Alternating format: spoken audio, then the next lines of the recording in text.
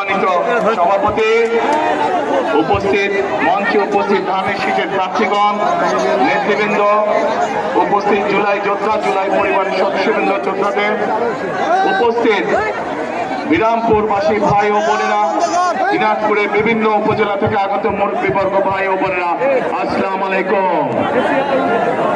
আসসালামু আলাইকুম। কেমন আছেন আপনারা?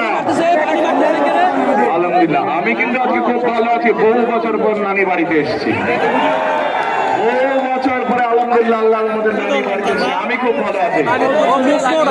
এখন নাতিজি আসলো, কিন্তু খাওয়ালেন না আপনারা, এটা কেমন ভালো কথা হইলো?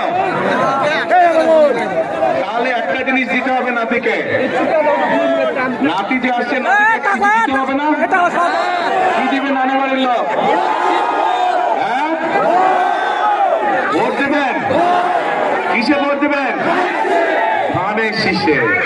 প্রিয় ভাই বোনেরা, উপস্থিত মুরব্বীবর্গ, মা বোনেরা, আজকের এই বিশাল নির্বাচনী জনসভায় আমরা সকলে এখানে একত্রিত হয়েছি। কেন একত্রিত হয়েছি আমরা?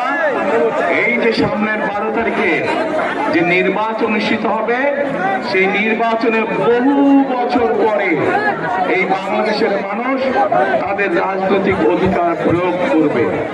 এই যে বললাম, এই মঞ্চের পাশে 13টি পরিবারের সদস্য এখানে বসে আছে।